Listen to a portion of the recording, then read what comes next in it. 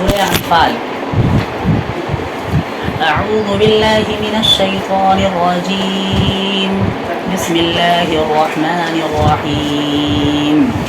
يسألونك عن الأنفال قل الأنفال لله والرسول فاتقوا الله وأصلحوا ذات بينكم وأطيعوا الله ورسوله إن كنتم مؤمنين.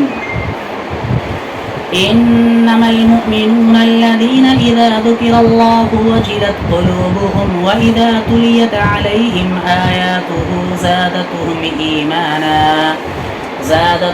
إيمانا وعلى ربهم يتوكلون. الذين يقيمون الصلاة ومما رزقناهم ينفقون أولئك هم المؤمنون حقا لهم درجات عند ربهم ومغفرة ورزق كريم. صدق اللہ.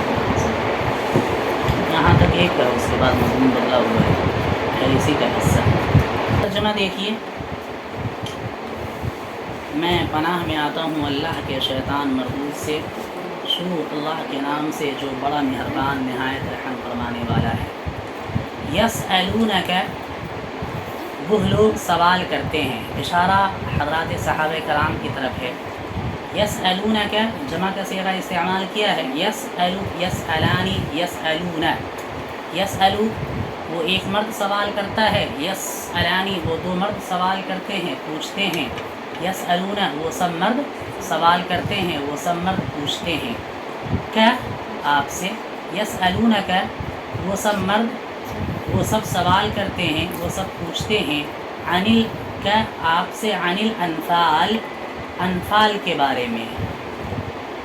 ترجمے کے اعتبار سے تھوڑی دیر کے لیے سمجھنے کے لیے انفال کا ترجمہ ہم مال غنیمت سے کر رہے ہیں، ٹھیک ہے. اور ابھی تشریح میں بات آ جائے گی کہ انفال کس مال کو کہتے ہیں.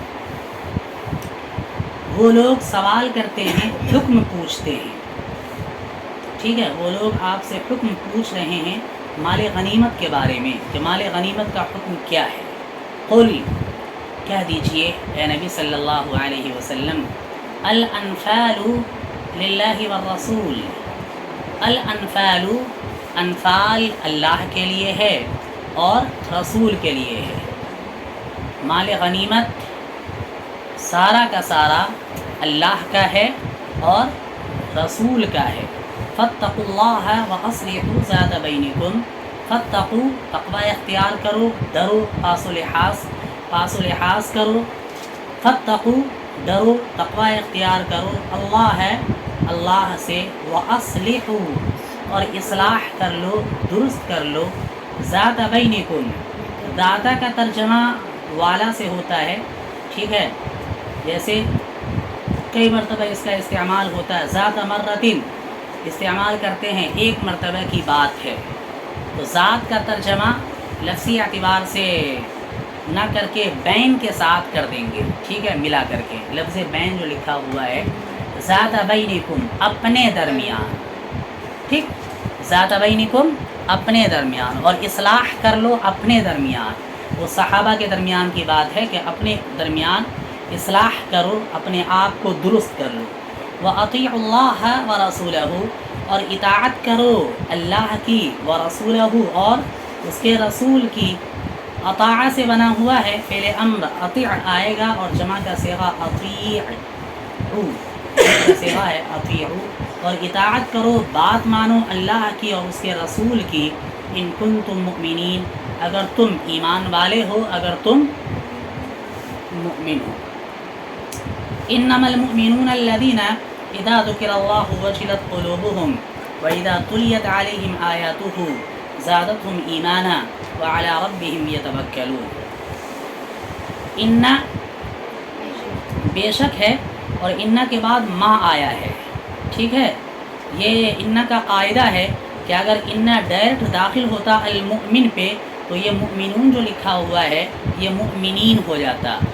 ان المؤمنین جیسے قرآن میں استعمال ہے ان المنافقین فی الدرک الاسفل من النار، ان المنافقین استعمال ہے، لیکن قاعدہ ہے کہ ان کے بعد اگر ما آ جائے، اس ما کو مائے کافہ کہتے ہیں، ٹھیک ہے، حصر کے لیے آتا ہے، صرف اور صرف، جس کا ترجمہ اردو میں ہم لوگ کرتے ہیں، ٹھیک ہے، تو اس ما کو مائے کافہ کہتے ہیں، فصل کے لیے آتا ہے۔ تو اب اس کی وجہ سے ہوتا کیا ہے، انا کا عمل کچھ بھی نہیں ہوگا، اس بیچ میں ما آنے کی وجہ سے انا عمل نہیں کر پائے گا۔ پہلے یہ عمل کرتا تھا کہ انا آتا ہے تو بعد والے کو زبر آ جاتا اور اس کے بعد والے کو پیش آتا ہے، لیکن اس ما کے آ جانے کی وجہ سے انا کا عمل اب کچھ بھی نہیں ہوگا، باطل ہو جائے گا۔ تو انما المؤمنون، یقیناً، حقیقت میں مؤمن، یہ حصر کے لیے ہے، سچے اور پکے جس کو کہا جاتا ہے، کہ حقیقت میں مؤمن تو وہی ہے، الذین اذا ذکر اللہ، جب اللہ کا ذکر کیا جاتا ہے، اذا پہلے ماضی پہ جب آ جاتا ہے تو مضارع کا ترجمہ دیتا ہے، بہت پہلے آپ پڑھ چکی ہوں گی کہ اذا کے بعد ذکر، ذکر فعل کے پیٹرن پہ ہے، اور فعل اسی کے پیٹرن پہ، ذکر فعل ماضی ہے اور مجہول ہے، فعل ماضی مجہول ہے، اذا آنے کی وجہ سے اس ذکرہ کا ترجمہ مضارع میں تبدیل ہو جائے گا، جیسا کہ آپ نے پڑھا ہے اذا جاء نصر اللہ والفتح، ہے کہ نہیں، جب اللہ کی مدد آئے، آیا نہیں کہ مدد آئی، بلکہ مدد آ جائے، یہ مستقبل کی بات ہے۔ تو اذا یہ قاعدہ ہے کہ جب اذا فعل ماضی پر آتا ہے، قاعدہ ہے کہ اذا جب فعل ماضی پہ آتا ہے تو ترجمہ مضارع کا ہوتا ہے، اذا فعل ماضی پہ داخل ہوتا ہے تو ترجمہ مضارع کا ہو جایا کرتا ہے۔ تو انما المؤمنون، حقیقت میں مؤمن وہی ہے، اذا ذکر اللہ، جب اللہ کا ذکر کیا جاتا ہے، وجلت قلوبہم، وجلت قلوبہم، وجلہ فعل ہے، اسی سے مؤنث کا صیغہ وجلت ہے، اور قلب کی جمع قلوب ہے، مؤنث کا صیغہ اس لیے استعمال کیا ہے کہ آگے قلوب ہے، جیسا کہ آپ گرامر کے اندر آپ نے پڑھا ہوگا کہ آنکھیں بہہ پڑی، ٹھیک ہے، دل دہل گئے، گرامر کے اندر ایک مسئلہ آیا تھا جس میں ہم نے سمجھایا بھی تھا، جمع مکسر کا مسئلہ، جمع مکسر ہو اور غیر ذوی العقول ہو، جس کے اندر عقل نہ ہو۔ اب یہ پہچانیں گے کیسے، تو بتایا بھی تھا کہ انسان کے علاوہ جتنے بھی ہیں یہ سب کے سب عربی کے لحاظ سے غیر ذوی العقول، یعنی غیر عقل والے شمار کیے جاتے ہیں، صرف انسان عقل والوں میں ہے، اور انسان کے علاوہ جتنے بھی ہیں، چرند، پرند، پیڑ پودے، زمین، آسمان، چاند، سورج، ستارے، صرف انسان کی ذات کو عقل میں شامل کیا ہے، اور انسان کے علاوہ جتنے ہیں وہ سب غیر عقل میں۔ اب اس کی جمع اگر مکسر آ جائے، قاعدہ کیا ہے وہ اب آئیے، کہ اگر اس کی جمع مکسر آ جائے، جمع سالم تو واؤ کے ساتھ ہے، جمع مکسر آ جائے تو وہ جمع مکسر کا حکم واحد مؤنث کا ہوتا ہے، یعنی اس جمع کو جمع نہیں مانتے بلکہ واحد مؤنث مانتے۔ تو قلب کی جمع قلوب ہے یہاں پہ، تو اس کو بھی واحد مؤنث مانا، اس لیے وجلت فعل جو لایا ہے وہ واحد مؤنث لایا ہے۔ اصل اس کو سمجھانا چاہ رہا تھا، سمجھ میں آ گئی بات؟ وجلت کو مؤنث اس لیے لایا ہے کہ قلب کی جمع قلوب ہے، اور یہ جمع مکسر ہے، غیر ذوی العقول ہے، جس کو واحد مؤنث مان لیا ہے۔ جب واحد مؤنث مان لیا تو فعل بھی کیا لایا، واحد مؤنث لایا۔ ترجمہ دیکھیے، انما المؤمنون، حقیقت میں سچے اور پکے مومن وہ ہیں، الذین اذا ذکر اللہ، کہ جب اللہ کا ذکر ان کے سامنے کیا جاتا ہے، وجلت قلوبہم، تو ان کا دل دہل جاتا ہے، ڈر جاتا ہے، ٹھیک ہے، وجلت اللہ کے ذکر سے اس کا دل خوف میں، دہشت میں، دہشت وہ نہیں اللہ کے ذکر کی ہیئت اور اس کی کیفیت سے وہ تھرا اٹھتا ہے، تو دہل جانا ترجمہ، تو اس کا دل دہل جاتا ہے۔ وَإِذَا تُلِيَتْ، اور جب تلاوت کی جاتی ہے، وَإِذَا تُلِيَتْ، ادھر نکل کر کے آ جائیے، یہاں خالی ہے، وَإِذَا تُلِيَتْ، آپ ادھر ہو جائیے، نہیں تو اٹھ کر کے، ہاں آپ اس پہ آ جائیے، آپ اس پہ آ جائیے، ٹھیک ہے۔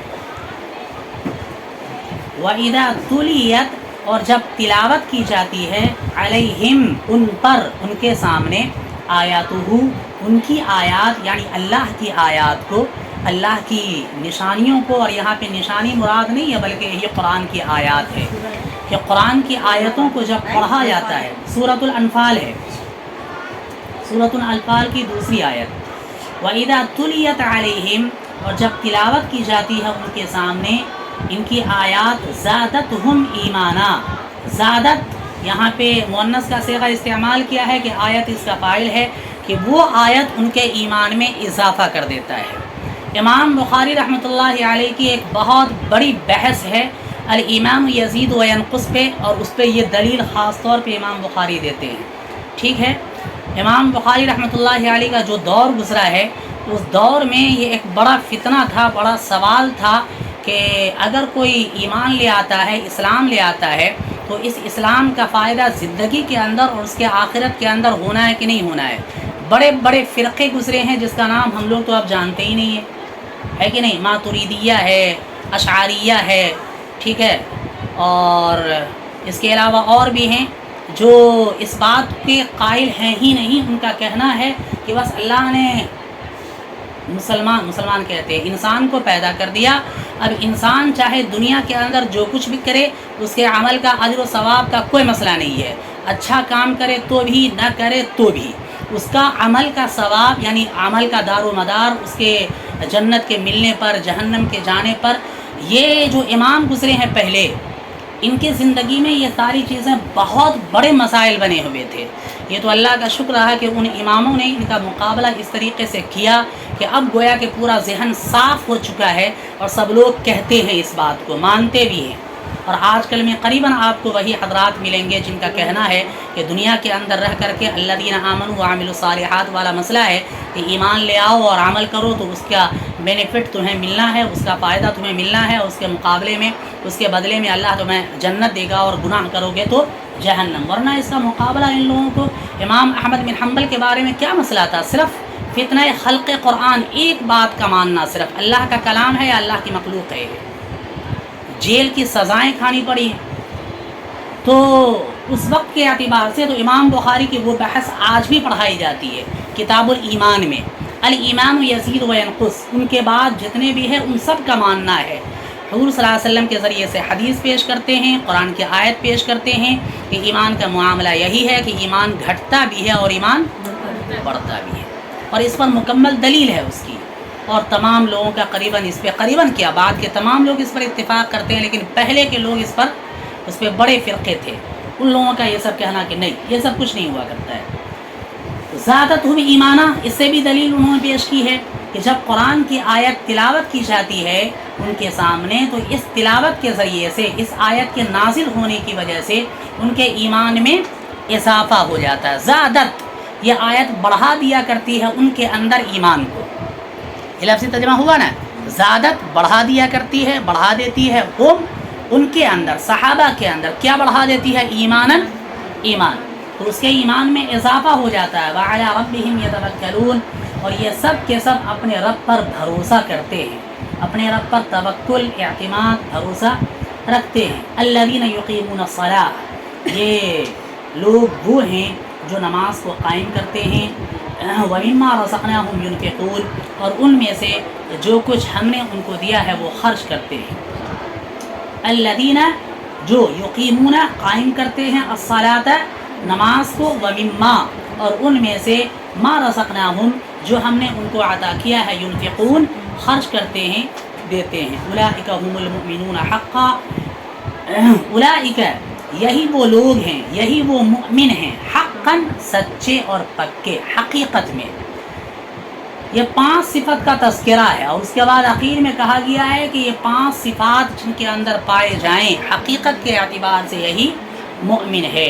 لہم درجات عند ربہم، ان کے لیے درجات ہیں، درجے ہیں ان کے رب کے نزدیک، ومغفرۃ بخشش ہے، ورزق کریم اور بہترین رزق ہے۔ یہ ترجمہ ہے، انشاءاللہ پھر ترجمہ بار بار کر دیں گے، آپ کو سمجھ میں آ جائے گا۔ سورۃ الانفال ہے، مدنی صورت ہے، مدنی صورت اور مکی صورت کے بارے میں اس سے پہلے ہم بار بار بتا چکے ہیں، اور بار بار صرف اس لیے بتاتے ہیں کہ آپ کے ذہن میں بات بیٹھ جائے۔ مکی صورت ہجرت سے پہلے جتنی بھی صورتیں، جو بھی آیتیں نازل ہوئی ہیں، وہ سب کے سب مکی کہلاتی ہیں، اور ہجرت کے بعد جتنی بھی صورتیں اور جو بھی آیتیں نازل ہوئی ہیں وہ سب کے سب مدنی کہلاتی ہیں۔ علماء مفسرین کے اور بھی اقوال ہیں، علوم القرآن اگر آپ کے پاس ہو تو مطالعہ کر لیجئے گا، لیکن ان تمام قول کا مجموعہ جو قریباً 20-25 قول ذکر کیے گئے ہیں، ان تمام کا خلاصہ اصل یہی ہے۔ ہجرت، اللہ کے نبی صلی اللہ علیہ وسلم کی زندگی کو اگر دیکھا جائے تو 40 سال کی زندگی اللہ کے زیر سایہ آپ کی گزری ہے۔ 41ویں سال پر اللہ نے نبوت سے آپ کو سرفراز کیا، یہی 41ویں سال سے اصل زندگی کا آغاز ہے، جس کو دوسری زندگی بھی کہا جاتا ہے۔ تو 41ویں سال سے لے کر کے 63 سال تک کل کتنے ہیں؟ 23 سال، اور یہی قرآن کی مدت ہے، 23 سال۔ یہی 23 سال قرآن کے نزول کی مدت ہے۔ تو اس 23 سال میں سے 13 سال تو مکے کے اندر گزری ہے نا۔ 41ویں سال سے لے کر کے کہاں تک؟ 53 سال تک مکے کے اندر گزری ہے۔ تو 41ویں سال سے لے کر کے 53 سال تک جو بھی آیتیں، جو بھی صورتیں خواہ جہاں کہیں بھی نازل ہوئی ہو، اس سے کوئی بحث نہیں ہے، چاہے مکے میں نازل ہوئی ہو، حدیبیہ میں نازل ہوئی ہو، کہیں اور مقام پہ نازل ہوئی ہو، آپ مدینہ ہی چلے گئے ہوں یا مدینہ کے اطراف میں رہے ہوں، جہاں کہیں بھی نازل ہوئی ہو، اس سے کوئی بحث نہیں ہے۔ اگر مدت 41ویں سال سے لے کر کے 53 سال کے اندر کی ہے، اور اس کے اندر اگر آیات اور صورتیں نازل ہوئی ہیں، تو یہ سب صورتیں، یہ سب آیتیں مکی کہلاتی ہیں۔ اور ہجرت کر کے جب مدینہ پہنچ گئے ہیں، اب وہاں 10 سال جو آپ کی زندگی گزری ہے، اس 10 سال کے اندر جو بھی آیتیں، جو بھی صورتیں نازل ہوئی ہیں، وہ سب کے سب مدنی کہلاتی ہیں۔ قریباً تمام صورتوں میں تو ایسا ہی ہوتا ہے کہ تمام کی تمام آیات، جیسے مثال کے طور پہ مدنی یہاں پہ لکھا ہوا ہے، تو عقل کا تقاضا تو یہی ہے، اور انسان یہی سوچے گا کہ اس کے اندر جتنی بھی آیتیں ہیں وہ سب مدنی ہوں گی، اور جہاں کہیں بھی اوپر میں مکی لکھا ہوا ہے تو اس کا مطلب یہ ہوا کہ جتنی بھی آیتیں ہیں وہ سب کے سب مکی ہوں گی۔ تو ہوتا یہی ہے، لیکن کہیں کہیں تھوڑا سا مسئلہ ہے کہ کچھ آیتیں اس کی پوری آیات، یعنی پوری کی پوری صورت مدنی ہوتی ہے، اور صرف چند آیتیں اس کی مکی ہو جاتی ہے، یا پوری کی پوری صورت جو ہے سو مکی ہوتی ہے اور چند آیتیں صرف کہیں کہیں ہے۔ اس کی ترتیب جہاں کہیں بھی آئے گی آپ دیکھ لیجیے گا، سمجھ میں آ بھی جائے گا۔ ابھی بتا دیں گے نا، 5 صفات یہی ہے نا، اس میں لکھا ہوا ہے، وہی ہے، اس سے اوپر ہے وہی ہے، انما المؤمنون اذا ذکر اللہ، یہی ہے، خود اسی کے اندر 5 صفات ذکر ہیں۔ نمبر 1، اللہ کا ذکر کرنے والا ہو، ٹھیک ہے، اللہ کا ذکر کرنے والا اس اعتبار سے کہ اللہ کے ذکر سے اس کی دل کی کیفیت بدل جائے، دل دہل جائے، وہی ہے۔ دوسرا، قرآن کی آیت پڑھ کر کے اس کے ایمان میں اضافہ ہو جائے، ٹھیک ہے۔ تیسری صفت، اپنے رب پر بھروسہ رکھتا ہو۔ چوتھی صفت، نماز قائم کرتا ہو، اور 5ویں صفت، زکوٰۃ ادا کرتا ہو۔ یہ 5 صفات ہیں، ابھی تفسیر کے اندر انشاءاللہ یہ بات آ جائے گی۔ یہ بات ہو گئی، آیت کے اندر خود موجود ہے، انشاءاللہ آپ کو سمجھ میں آ جائے گا، پھر ہم بتا دیں گے۔ تو یہ مدنی اور مکی صورت کی بات ہو گئی۔ یہ صورت ہے سورۃ الانفال، نفل کی جمع انفال ہے، نفل کی جمع انفال ہے، جس کا لفظی ترجمہ تحفہ اور انعام کے آتے ہیں، بطور ہدیہ، تحفہ اور انعام۔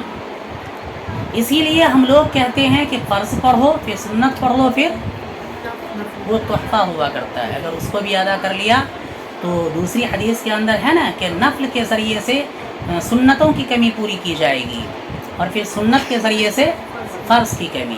تو نفل لوگ ویسے ہی چھوڑ دیتے ہیں، لیکن چھوڑنا نہیں چاہیے، یہ اللہ کی طرف سے گویا کہ ایک تحفہ ہے، انعام ہے۔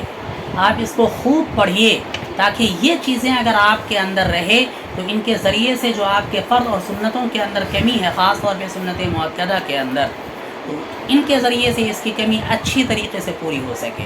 یہ نماز کا مسئلہ ہے، اب وہیں پہ رہنے دیتے ہیں. ٹھیک ہے، تو اس لیے اس کو نفلی نماز کہہ دیتے ہیں، نفلی روزہ کہہ دیتے ہیں، نفلی زکوٰۃ کہہ دیتے ہیں، نفلی صدقہ بھی کہہ دیتے ہیں. یہ اللہ کی طرف سے کیا ہوتا ہے؟ ایک تحفہ ہوتا ہے، انعام ہوتا ہے. ہم نے یہاں پہ تحفہ کا اور انعام کا ترجمہ ابھی نہیں کیا ہے، سیدھا مال غنیمت کا ترجمہ کیا. کیسے ہے مال غنیمت وہ دیکھ لیجیے گا. سورۃ الانفال، یہ سورۃ الانفال ہے. ہم نے بتایا ابھی کہ نفل کی جمع یہ انفال ہے، جس کے معنی تحفہ اور انعام کے ہیں. ترجمہ ہم نے کیا تھا مال غنیمت کا. مال غنیمت کے لیے قرآن کریم میں 3 لفظ استعمال ہوئے ہیں. ایک انفال، یہ نفل، ٹھیک ہے.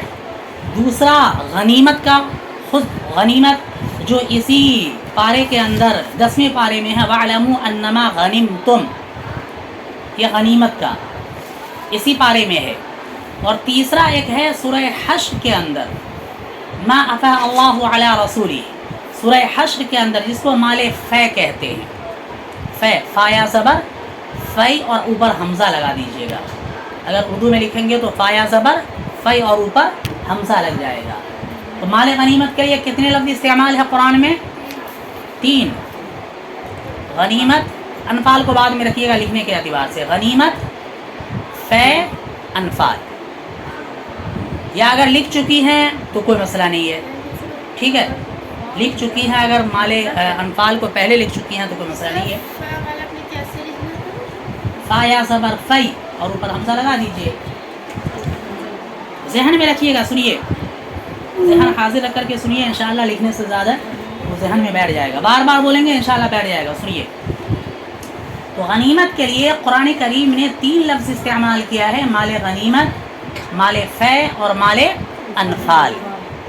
مال غنیمت اس مال کو کہتے ہیں جو کفار سے، دشمن سے لڑ کر کے حاصل ہو.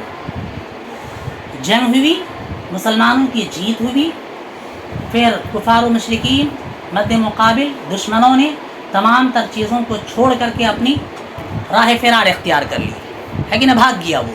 تو وہ سب کا مال کیا ہوگا؟ وہ سب سارا کا سارا مسلمانوں کا مال ہوگا. تو اسی کو مال غنیمت کہا گیا ہے. یہ حکم بعد میں آئے گا سورہ توبہ کے اندر، اگر کہ مال غنیمت حلال ہے یا حرام ہے، یہ سب بات کا مسئلہ ہے. ابھی مال غنیمت کا صرف مسئلہ رکھیے، ٹھیک ہے. مال غنیمت کے استعمال کے طریقے کیا تھے؟ شاید اس سے پہلے بھی آپ سورہ کسی صورت کے اندر پڑھ چکی ہوں گی. پہلے کا طریقہ کیا تھا اور بعد میں اس کا طریقہ کیا ہوگا استعمال کا. بعد میں کیا ہوا؟ بعد میں تو خیر مسلمانوں کے لیے حلال اللہ کے نبی نے کے ذریعے سے کر دیا گیا. پہلے یہ تھا کہ آگ آتی تھی اور سیدھا آسمان پہ کھا لے جاتی. بہرکیف، تو مال غنیمت اس مال کو کہتے ہیں جو لڑ کر کے حاصل ہو، ٹھیک. اور مال فے اس مال کو کہتے ہیں جس میں لڑنے کی نوبت نہ آئی ہو، ڈر کر کے، خوف سے بغیر لڑے ہوئے کفار و مشرکین چھوڑ کر کے بھاگ جائیں اور مسلمانوں کو وہ مال حاصل ہو جائے. اور سورہ حشر کے اندر اس کا ذکر ہے، اس لیے کہ سورہ حشر میں ایسا ہی ہوا تھا. سورہ حشر میں ایسا ہی ہوا تھا. حشر ایک اشارہ کیا تھا آپ لوگوں سے، چونکہ سورہ احزاب پڑھ چکی ہے نا، سورہ احزاب پڑھ چکی ہیں، تو ایک اشارہ کیا تھا ہم نے کہ بنو قریظہ نے دغا بازی کی تھی احزاب کے موقع پر. تو احزاب کے موقع پر حضرت جبرائیل تشریف لائے تھے اور کہا تھا کہ اچھا ابھی آپ نے ہتھیار رکھ دیے، فرشتوں تو نہیں رکھا ہے، فوراً چلیے یہاں سے. بنو قریظہ کی اینٹ سے اینٹ بجا دینی ہے، وہاں چلیے. اور وہاں جانے کے بعد پورے قبیلے کا محاصرہ کر لیا گیا تھا. ان کے اندر لڑنے کی ہمت کی طاقت بالکل ٹوٹ چکی تھی. اور پھر صاف طور پر انہوں نے سب کو، جہاں تک حضور کی طرف سے اعلان تھا کہ جو کچھ آپ ساتھ میں لے جا سکتے ہو لے جائیے، لے جا سکتے ہو لے جاؤ، لیکن جو کچھ بچ گیا اس پر تمہارا کوئی حصہ نہیں ہوگا، ٹھیک ہے. تو بہت سارے مواقع ایسے آئے ہیں جنگ کے اندر کہ وہاں پہ لڑنے کی ضرورت نہیں ہوئی ہے، بغیر لڑے ہوئے مسلمانوں کو مال حاصل ہوا ہے. تو اس مال کو مال فے کہتے ہیں. اب باقی رہا مسئلہ انفال کا. انفال اس مال کو کہتے ہیں جس میں جنگ کے ذمہ دار کسی ایک فرد کی بہادری کو، ان کی صلاحیت کو دیکھ کر کے بطور تحفہ، یعنی اعزاز اور اکرام کے طور پہ دے دے. جیسے ہوتا ہے نا کہ ہم نے اپنے نمبر سے حاصل کیا ہے تو 100 نمبر ہم کو آئے تو فرسٹ ہم کو ملا، لیکن بہت اچھا پڑھا تھا تو سامنے والا نے کیا دیا ہمارے طرف سے 100 روپے ان کو. تو یہ 100 روپے جو آپ کو ملا ہے یہ کیا ہے؟ یہ اعزاز کے طور پر ہے، یہی ہے نا، تحفہ الگ سے ہے یہ آپ کو. وہ جو اب آپ کو اصل ملنا ہے جو آپ نے حصہ لیا ہے اس میں اگر آپ فرسٹ آ گئے تو وہ تو آپ کو الگ ملے گا، لیکن یہاں پہ بیٹھے ہوئے شخص نے 100 روپے آپ کو دیا تو وہ آپ کا اصل ہوا، وہ آپ کو ملا. آپ کی ہمت، صلاحیت، آپ کے بولنے کا انداز، جو کچھ بھی آپ کی بہتری ہے اس کو دیکھ کر کے. تو مال انفال اسی کو کہتے ہیں. کس کو؟ اعزاز اور اکرام کے طور پر. یہاں تک بات سمجھ میں آ گئی؟ آئیے اب دیکھتے ہیں کہ اس کا پس منظر کیا ہے. یہ انفال کے اندر اور سورہ توبہ کے اندر جو اصل ذکر ہے جنگ بدر کا، جو اصل ذکر ہے جنگ بدر کا، اور یہ جو بات ہو رہی ہے مال غنیمت کی، مسلمانوں کی سب سے پہلی جنگ بولیے جنگ بدر، یاد ہے نا؟ سب سے پہلی جنگ بدر، اور اس کے بعد جنگ احد. جنگ بدر سن 2 ہجری میں، جنگ احد سن 3 ہجری میں، اور اس کے بعد پھر خندق ہے جس کو احزاب بھی کہتے ہیں، سن 4 کے اخیر میں یا 5 کے شروع میں غزوہ احزاب ہے.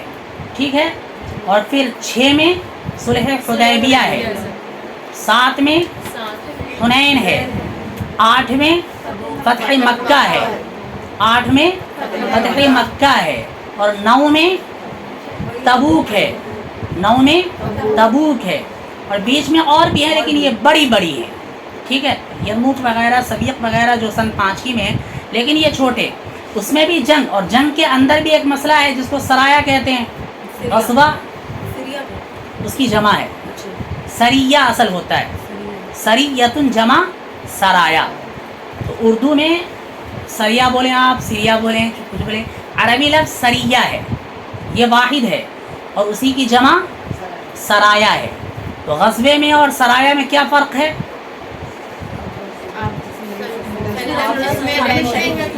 بنفس نفیس جس میں خود آپ صلی اللہ علیہ وسلم کی موجودگی ہے وہ غزوہ ہے، اور جس میں آپ کی موجودگی نہیں ہے وہ سرایا ہے. ٹھیک ہے، اس کے بعد عام الوفود ہے. تو یہ جو کیا کہتے ہیں اس کو سورہ انفال ہے، اس کے اندر ذکر کس بات کا ہے؟ جنگ بدر کا. جنگ بدر کا واقعہ انشاءاللہ آپ کو ہم سنائیں گے اور اسی آیت کے پس منظر میں سنائیں گے.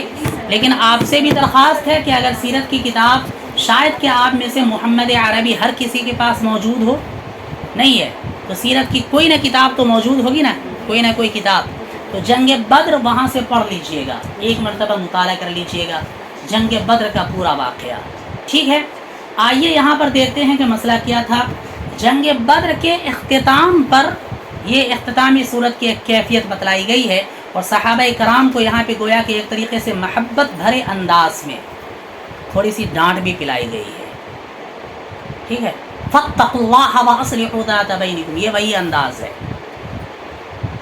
تو محبت بھرے انداز میں ہے، اور جن کو جیسے محبت ہوتی ہے، جیسے اپنے ماں باپ اپنے اولاد کو اگر ڈانٹے تو دشمنی میں کوئی نہیں ڈانٹتا اس کو، صرف ان کی اصلاح کے لیے، اپنے اولاد کو، اپنی اولاد کی تربیت کے خاطر، اس کی اچھائی اور بھلائی کے خاطر.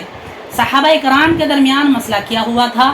مسئلہ یہ ہوا تھا کہ جنگ کے اختتام پر صحابہ کرام رضوان اللہ علیہم اجمعین کی جو جماعت تھی 3 حصوں میں منقسم ہو گئی، 3 حصوں میں، 3 ٹکڑوں میں بٹ گئی. کس طریقے سے؟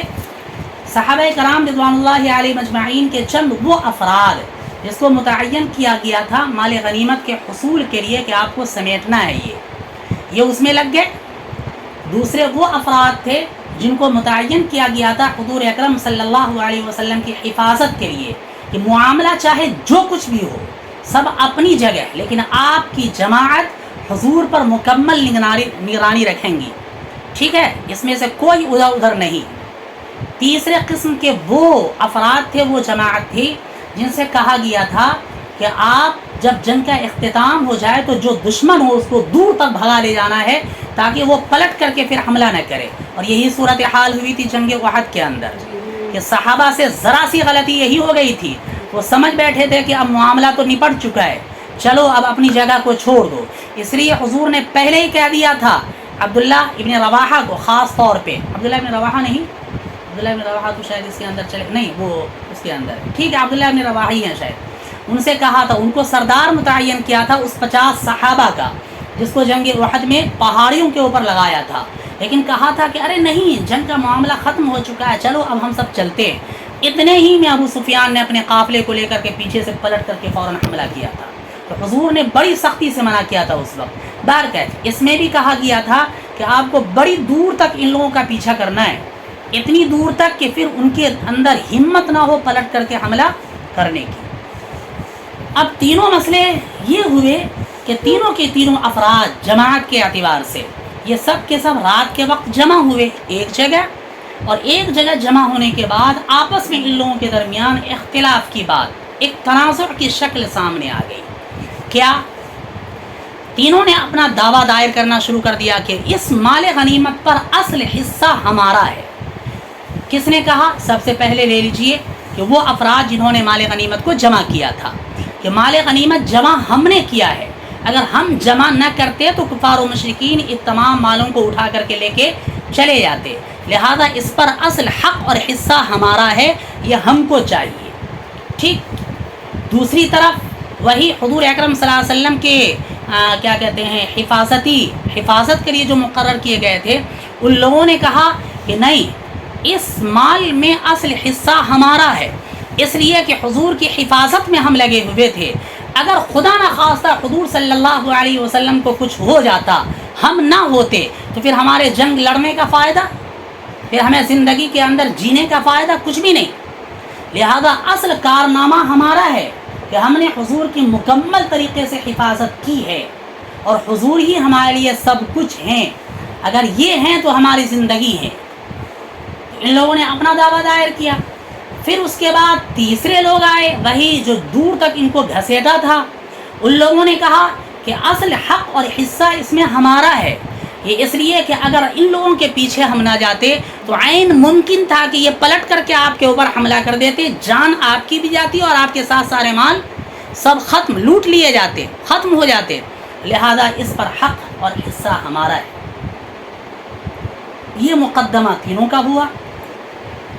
سب لوگوں نے کہا کہ ایسا ہے کہ اس کا فیصلہ حضور اکرم صلی اللہ علیہ وسلم سے کرواتے ہیں. مقدمہ لے کر کے پہنچے ہیں حضور کی خدمت میں.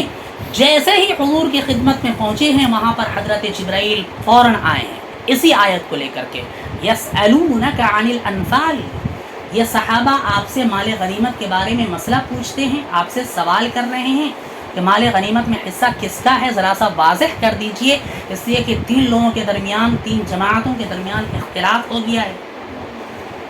اب آیت نازل ہوتی ہے, قل الانفال للہ والرسول, نہ تو تمہارا, نہ تو تمہارا, نہ تو تمہارا, سب بائک,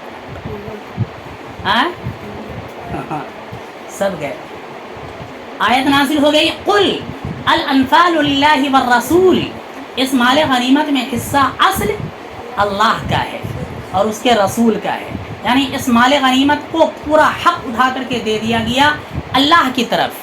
اب اللہ تبارک و تعالیٰ اپنے رسول کو جو کچھ عطا کر دیں گے وہ رسول کا ہوگا. پھر رسول اکرم صلی اللہ علیہ وسلم اپنے اعتبار سے جن کو دیں گے وہ ان کا مسئلہ ہے, دے دیں تو ٹھیک, نہ دیں تو ٹھیک, ماننا تو پڑے گا. اور پھر صحابہ کو اب ذرا سی تنبیہ کی گئی, فاتقوا اللہ. یہ مدنی زندگی کا ایک جائزہ ہے کہ اس سے پہلے مکی زندگی میں گویا کہ ایک احساس دلایا گیا ہے کہ اس پورے 13 سال کی زندگی میں, اور 1 سال یہاں کی زندگی ہے, ٹھیک ہے, اس پورے 13 سال کی زندگی میں کیا صحابہ کی یہ تربیت ہوئی تھی. یہ ایک احساس دلایا گیا کہ آپ کی حضور اکرم صلی اللہ علیہ وسلم نے یہ تربیت کی کہ ایک دنیاوی چیز کے خاطر آپس میں ان تنازع کی شکل پیدا ہو گئی.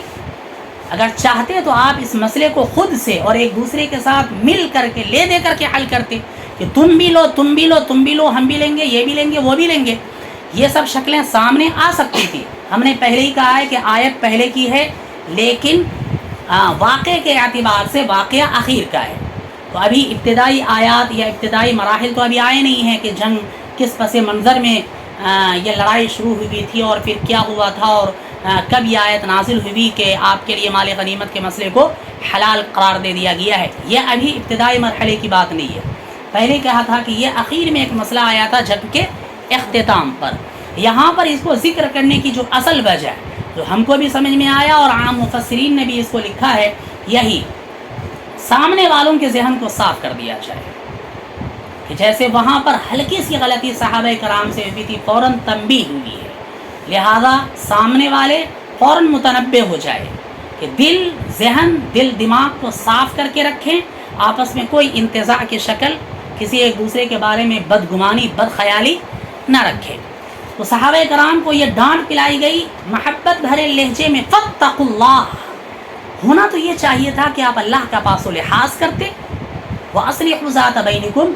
آپ کے درمیان جو معاملہ تھوڑی دیر کے لیے شیطان نے اٹھا کر کے رکھ دیا تھا، اس کو اپنے اعتبار سے آپ ختم کر لیتے، اصلاح کر لیتے. 13 سال کی زندگی کا ایک نظریہ سامنے آتا کہ آپ کی زندگی پر تربیت کا اثر کیسا ہونا چاہیے. پھر اس کے بعد کہا وَأَطِيعُوا اللَّهَ وَرَسُولَهُ. معاملہ یہ دے کر کے صاف بتا دیا گیا کہ مال غنیمت تو اصل اللہ کا ہے اور رسول کا ہے. اب اللہ تبارک و تعالیٰ رسول اکرم صلی اللہ علیہ وسلم آپ کے درمیان مال غنیمت کی تقسیم جس طریقے سے بھی کر دے، اس طریقے سے آپ کو راضی رہنا ہے. اور اسی راضی رہنے کے لیے کہا اطیعوا اللہ و اطیعوا الرسول. آپ کو رسول کی اطاعت کرنی ہے، اللہ کی اطاعت کرنی ہے. اگر آپ اپنے اعتبار سے یہ مانتے ہیں اور سامنے والوں کو تسلی دینے کے لیے تیار ہیں کہ حقیقت میں ہم ماننے والے ہیں، تو پھر تو ماننا پڑے گا کہ جیسے رسول نے بانٹ دیا اس پر آپ چلے جائیے. اور اس کا پورا رسول اکرم صلی اللہ علیہ وسلم بھی اپنی طرف سے کیوں بانٹیں گے، وہ پورا قانون آ چکا تھا، ٹھیک ہے، کہ مال غنیمت کی تقسیم کس انداز سے کی جائے گی. وہ پورا قانون یہاں پہ وَاعْلَمُوا أَنَّمَا غَنِمْتُم مِّن شَيْءٍ کے اندر پورا واضح ہے. انشاءاللہ وہاں پہ وہ بات آ جائے گی. وَأَطِيعُوا اللَّهَ وَرَسُولَهُ 4 صفحے 5 صفحے کے بعد 10ویں پارے کے شروع میں وَأَطِيعُوا اللَّهَ وَرَسُولَهُ. اطاعت کیجیے اللہ کی اور اس کے رسول کی، ان کنتم مؤمنین، اگر حقیقت میں تم مؤمن ہو، ماننے والے ہو، ایمان والے ہو. ایمان والے تو ہیں ہی، وہی ماننے کی اصل صفت کیفیت. یہاں پہ مؤمنون کا لفظ استعمال کیا اور بیچ میں پھر کہا اولئک، 5 صفت کو بیان کر کے اولئک هم المؤمنون حقا. پھر وہی، اور بیچ میں کہ وہی لفظ آیا کہ اگر تم مؤمن ہو تو مؤمن کہتے ہیں کس کو، کون کون سی صفات ایسی ہوں گی جس کے پائے جانے سے مکمل کامل مؤمن وہ کہلائے گا. اس کی صفت کا ذکر بیچ میں کر دیا گیا ہے. انما المؤمنون الذین اذا ذکر اللہ. حقیقت میں تو مومن وہ ہے الذین اذا ذکر اللہ، جب کبھی بھی اللہ کا نام اس کے سامنے لے لیا جائے، اللہ کے نام ہی سے اس کا دل دہل جائے. معاملہ اللہ کا ہے تو اپنے آپ کو بچا کر کے رکھو، پھر کہیں ایسا نہ ہو کہ ہلکی سی غلطی ہو جائے اور زندگی تباہ ہو جائے. انما المؤمنون الذین اذا ذکر اللہ، جب اللہ کا ذکر کیا جائے، اللہ کا نام لیا جائے، وجلت قلوبہم، تو ان کا دل دہل جائے. اور جب قرآن کی آیت ان کے سامنے پڑھ پڑھ کر کے سنایا جائے، تلاوت کہتے ہی ہیں اسی کو، پڑھ پڑھ کر کے سنائے جانے کو. وجلت قلوبہم وَإِذَا تُلِيَتْ عَلَيْهِمْ، اور جب قرآن کریم کی آیت پڑھ پڑھ کر کے سنایا جائے تو پھر ان کے ایمان کے اندر اضافہ ہو جائے اور بڑھ جائے، عمل کا جذبہ اور زیادہ ہو جائے.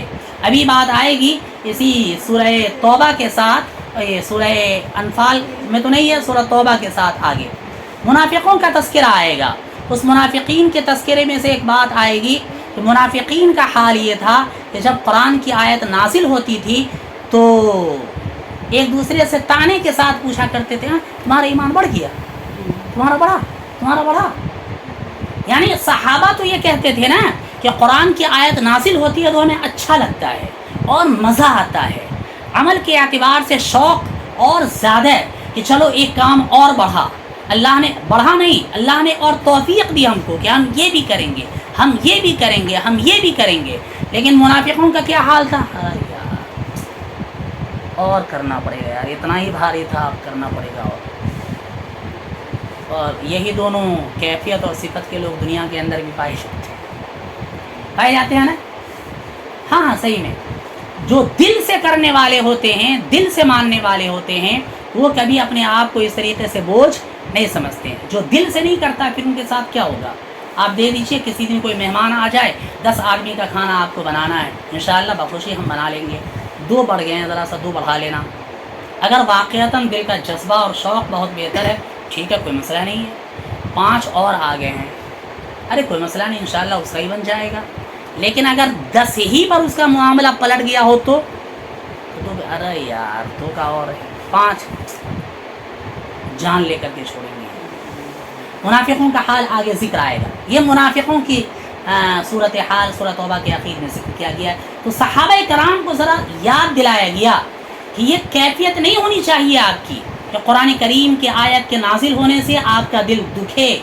آپ کے دل کی کیفیت بجائے اس کے کہ ایمان کے اعلیٰ کی طرف بڑھے اور پست ہونے لگے، یہ نہیں ہونی چاہیے. تو کہا اصل تو مومن وہ ہے کہ اگر اس کے سامنے قرآن کریم کی آیت پڑھ کر کے سنائی جائے. ابھی قرآن کریم کی آیت پڑھ کر کے سنائی گئی ہے نا کہ مال غنیمت میں حصہ ان کا ہے، ان کا ہے، تو آپ بشاشت کے ساتھ اس کو قبول کر لیجئے. یار یہ بڑا مسئلہ ہے، جب کبھی میں لوگ کچھ کرنا چاہتے ہیں آ کر کے ٹپک پڑتے ہیں، لو تمہارا نہیں ہے. یہ کون کہے گا پھر؟ منافق ہی کہے گا. یہ منافق ہی کہے گا پھر. تو ان سے صاف اسی وقت کہا گیا کہ قرآن کریم کی آیت کو، اور ہم لوگوں کے لیے ایک مسئلہ وہی ہوگا. پہلی بات تو یہ کہ قرآن کریم کو ہم لوگ سمجھتے نہیں ہیں، اور الحمدللہ سمجھنے کی اب کوشش ہے.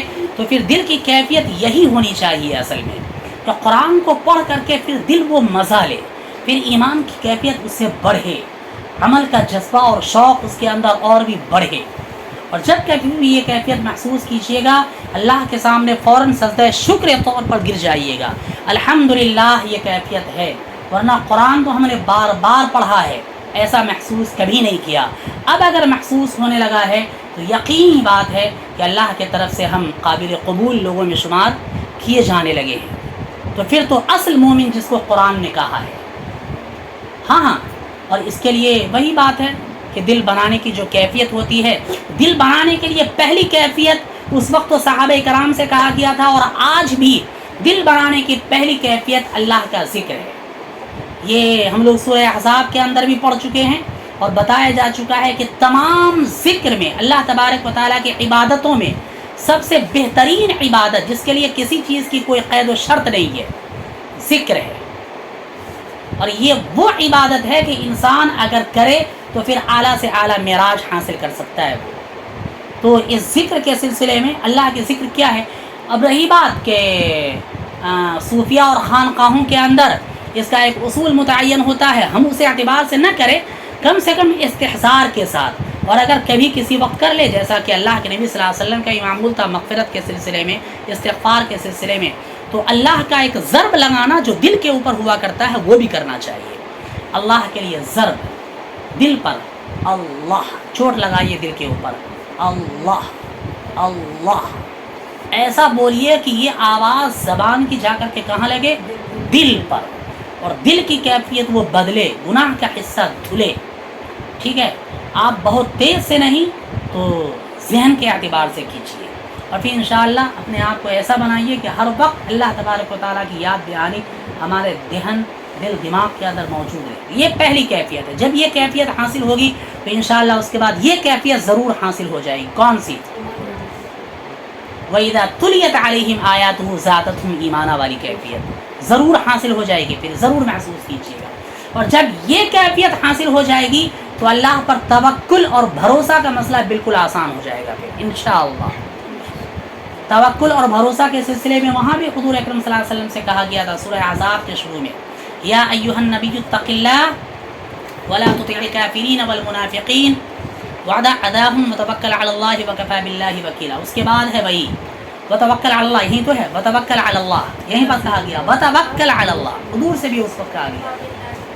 اس کے بعد ہے وکفی باللہ وکیلا، ہے نا جی.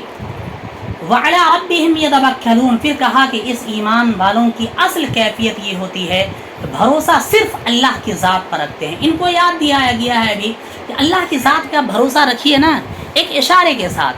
مال کے سلسلے میں آپ دنیا کے سلسلے میں کیوں پڑھ رہے ہیں؟ آپ کو دنیا چاہیے؟ نہیں، اس کے پیچھے نہیں پڑنا ہے. آپ اللہ کی ذات پہ بھروسہ رکھیے جو مکے کی زندگی سے لے کر کے مدینے کی زندگی تک پہنچایا ہے، اور اس حالات سے آپ کو نمٹنے کا کیا کہتے ہیں سلیقہ سکھلایا ہے. وہ تمام تر چیزیں جو آپ کی زندگی کی ضرورت ہے، آپ بھروسہ رکھیے اللہ تبارک و تعالیٰ وہ ضرور لا کر کے آپ کو مہیا کرے گا. اور وہ اشارہ اسی کی طرف ہے کہ اللہ پہ آپ بھروسہ رکھیے. پھر اس کے بعد ہے الذین یقیمون الصلاۃ. یہاں پہ آ کر کے ایک بات ہم کہیں گے، مکی زندگی کے اندر اگر کوئی شخص یہ کہتا کہ میں مؤمن ہوں، میں ایمان لا چکا ہوں، اسلام لا چکا ہوں، تو اس کے اس ایمان کو ثابت کرنے کے لیے شرط تھی کہ آپ ہجرت کیجیے، مکہ چھوڑیے، مکہ چھوڑ کر کے کہیں اور چلے جائیے، چاہے مدینہ جائیے، حبشہ جائیے، کہیں اور جائیے. اس کی شرط کیا تھی؟ یہ پوری مکی زندگی کے اندر ہجرت سے پہلے یہ شرط تھی. ہاں، اگر کوئی کہہ دے کہ میں اسلام لا چکا ہوں تو اس کی پہلی شرط کیا ہے؟ مکہ چھوڑنا ہوگا. اس کا مطلب یہ ہوتا ہے نہیں چلے گئے تو سب کو خیر بات، السلام علیکم، زندگی رہی تو ملاقات، ورنہ کوئی نہیں. ہم اس بات کا کوئی وعدہ نہیں لے سکتے. پھر آپ چھوڑ کر کے چلے جائیے. تو صحابہ نے ایسے ہی تو کیا تھا کہ مکے کے اندر اپنے بال بچے کو چھوڑا، گھر بار کو چھوڑا. یہ بات الگ ہے کہ پھر یہاں آ گئے، اور یہاں آنے کے بعد، مدینہ آنے کے بعد پھر اللہ نے آپ کو سب کچھ دے دیا. اور پھر یہ بھی ہوا کہ مکے کے اندر رہنے والے، اس کے اندر بھی اللہ نے کچھ نہ کچھ رمق دی اور وہ اسلام کو قبول کر لیے. تو جن چیزوں کو چھوڑ کر کے آپ آئے تھے، مثال کے طور پہ اپنے ابا کو چھوڑ کر کے آئے تھے، تو بعد میں آپ کے ابا بھی مسلمان ہو گئے. تو مسلمان ہونے کی وجہ سے وہ مال آپ کو بھی ملا، وراثت میں حصہ آپ کو بھی لگا. لیکن شروع میں اس بات کی کوئی گارنٹی نہیں تھی کہ آپ کو ملنا ہے.